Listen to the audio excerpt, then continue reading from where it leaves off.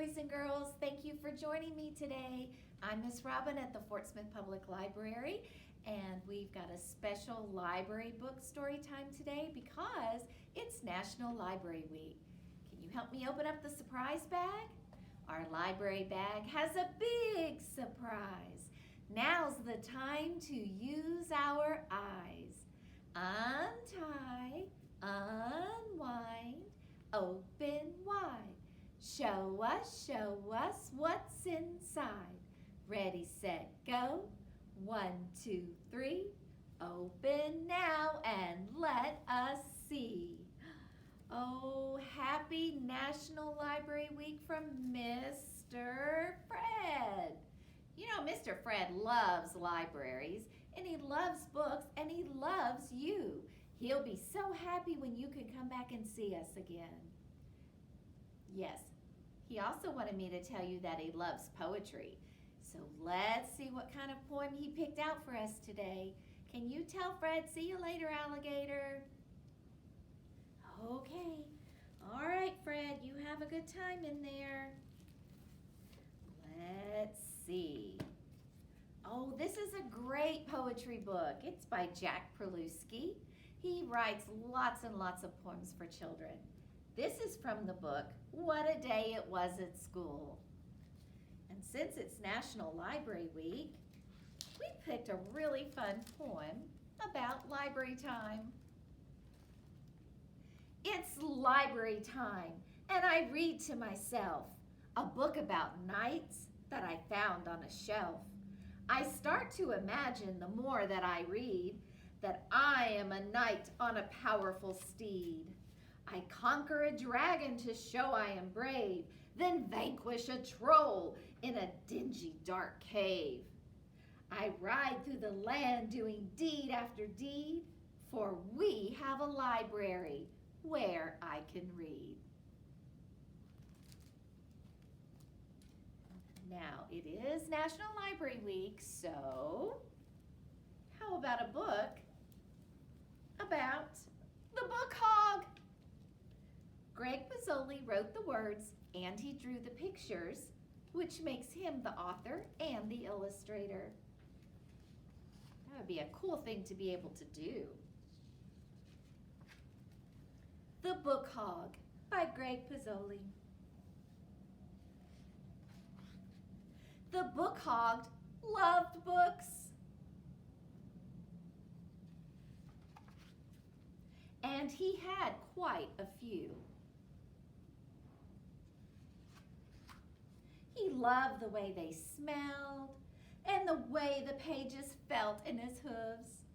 He especially liked the ones with pictures.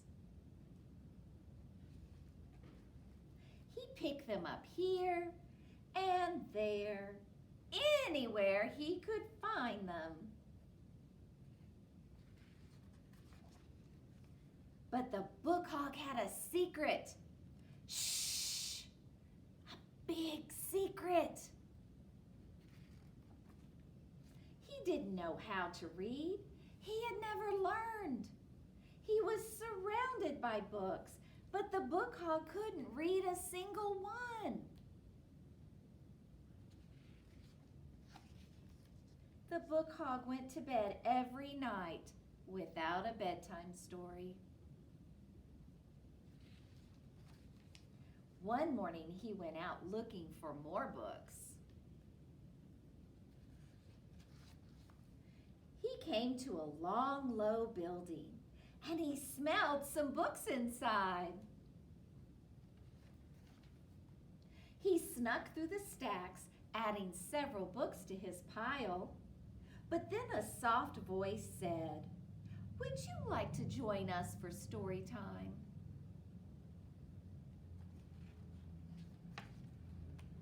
It was Miss Olive, the librarian. "Pick out a book and I'll read it with you." The book hog blinked. Then he swallowed. "You'll read a book with me?" "Of course," said Miss Olive. "As many as you'd like." This gave the book hog an idea. "Wait here," he said. went home. And he came back with some books. Miss Olive led story time, and the book hog listened closely. He heard many stories, some funny, some sad, and some kind of in between. Over time, and with practice, the book hog learned to read on his own.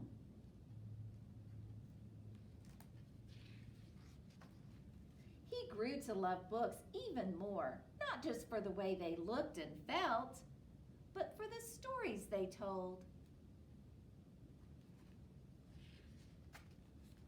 And yes, the book hog still takes a lot of books, but he always brings them back. The end. I hoped you liked this story, and I hope you are having the chance to read lots and lots of books. Happy National Library Week, everyone.